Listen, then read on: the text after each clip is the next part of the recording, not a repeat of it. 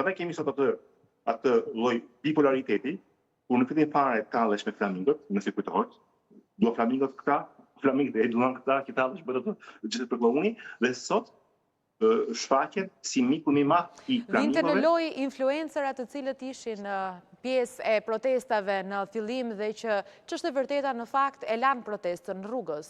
Dhe nëse shkon në protestë sot e shikon fare qartë se nuk janë aty dhe ndoshta një farë të drejtë kryeministri e ka pasur kur thoshte se janë aty vetëm sa për teatr, sepse nëse do të ishte një mbështetje reale, pse janë larguar nga protesta? Nuk mendoj se kishte vetëm influencuar. Po flasim për ta, sepse ata ishin në numër shumë të lartë në ditët e para. Ne kemi bërë së bashku intervista.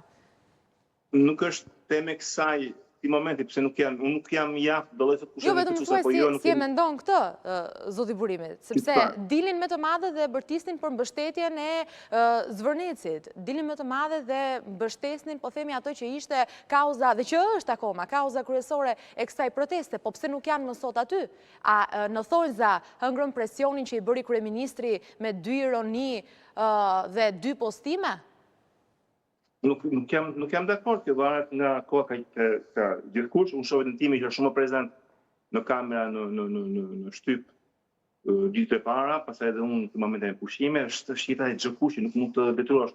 Pashtu disa influencues bien në thonjza të ngrihen, këtë sot super influencuesen, që sepse kush që është Dua Lipa, apo jo. Kështu që nuk është ky debat sot.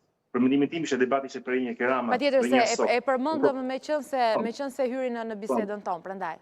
Debati që një sot Rama është në panik, nuk do të menaxhojmë këtë protestë, që po e kthej një personazh toksik, edhe sot vendos pranë një lloj bipolariteti, skizofrenie, ta kthej rrotën 180 gradë. Nga dje që ishin flamingët të gjithë armiq, të shitur, të provokuar nga Irani, nga Greqia dhe të tjerë, të gjithë.